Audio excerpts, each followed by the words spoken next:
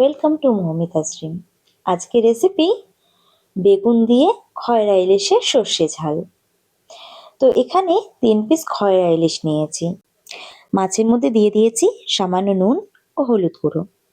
মাছগুলো নুন ও হলুদ দিয়ে ভালো মতো মাখিয়ে নেব।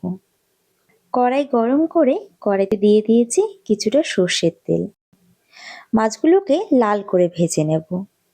মিক্সিং জারে দিয়ে দিয়েছি 1 চামচ সাদা সর্ষে, 1 চামচ কালো সর্ষে, 1 চামচ পোস্ত, কয়েক টুকরো আদা, 2টো কাঁচা লঙ্কা আর অল্প নুন। অল্প জল দিয়ে একদম মিহি করে মশলাটা বেটে নেব।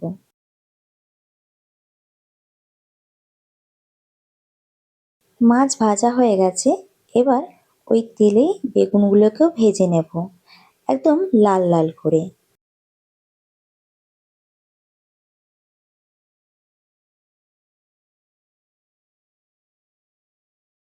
ফোড়নটাকে 20 থেকে 30 সেকেন্ড নাড়াচাড়া করে নিয়ে দিয়ে দেব আগে থেকে বানিয়ে রাখা সর্ষে পোস্তর পেস্টটা। মশলাটা 2 মিনিট কষিয়ে নেব। এখন দিয়ে দেব স্বাদ মতো নুন, সামান্য হলুদ গুঁড়ো, 1/2 চামচ কাশ্মীরি লঙ্কা গুঁড়ো। এবার সব মশলাগুলোকে আরো 2 মিনিট কষিয়ে নেব।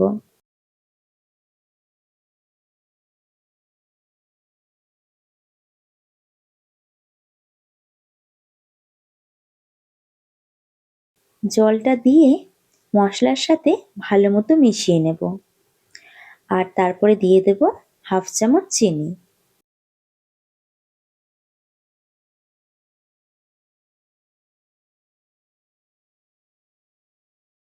ঝোলটা বেশ খানিকটা ফুটিয়ে নিয়েছি। এখন দিয়ে দিচ্ছি আগে থেকে ভেজে রাখা মাছগুলো। আর তারই সাথে দিয়ে দেব ভেজে রাখা বেগুন। মাছগুলো ঝোলের মধ্যে দিয়ে এপিঠ ওপিঠ হালকা করে পাল্টে নেব। ঝোলের মধ্যে দিয়ে দেব 2টো চেরা কাঁচা লঙ্কা। এবার এই সব কিছু আবারও 5 মিনিট ফুটিয়ে নেব। তারপরে নামিয়ে নেব। ব্যাস, তাহলেই তৈরি দারুণ স্বাদের বেগুন দিয়ে খয়রা ইলিশের সর্ষে ঝাল।